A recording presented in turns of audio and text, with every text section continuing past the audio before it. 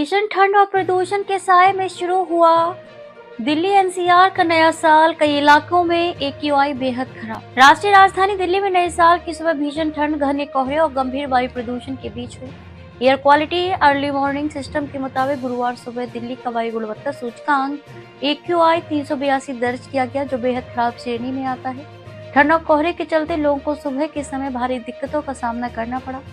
भारत मौसम विज्ञान विभाग आईएमडी ने गुरुवार के लिए आमतौर पर बादल छाए रहने का अनुमान जताया है। साथ ही राजधानी के कुछ इलाकों में बहुत हल्की से हल्की बारिश की संभावना भी जताई गई है। मौसम विभाग ने चेतावनी दी है कि सुबह के समय कई इलाकों में मध्यम कोहरा और कुछ स्थानों पर घना कोहरा छाया रह सकता है। इसके अलावा कुछ क्षेत्रों में कोल्ड डे जैसी स्थिति बने रहने की आशंका है।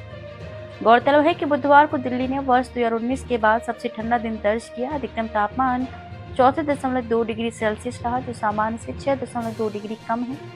मौसम विशेषज्ञों के मुताबिक ठंड और कम हवा की गति के कारण प्रदूषक कण वातावरण में फंसे हुए हैं, जिससे हवा की गुणवत्ता में सुधार की संभावना फिलहाल कम नजर आ रही है। प्रदूषण और ठंड के इस दोहरे असर के बीच बच्चों, बुजुर्गों और सांस के मरीजों को विशेष सतर्कता बरतने की सलाह दी गई है।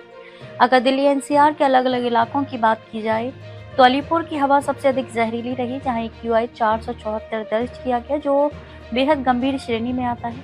इसके बाद द्वारका में भी वायु गुणवत्ता बेहद खराब रही, जहां एक्यूआई 395 रिकॉर्ड किया गया। सोनिया विहार, आनंद विहार और दिल्ली के कई इलाकों में भी वायु गुणवत्ता चिंताजनक स्तर पर बनी हुई है। वहीं एनसीआर के अन्य हिस्सों की बात करें तो गाजियाबाद की वसुंधरा और नोएडा के सेक्टर 116 में भी खराब हवा का असर देखा गया, जहां एक्यूआई क्रमशः 247 और 228 दर्ज किया गया।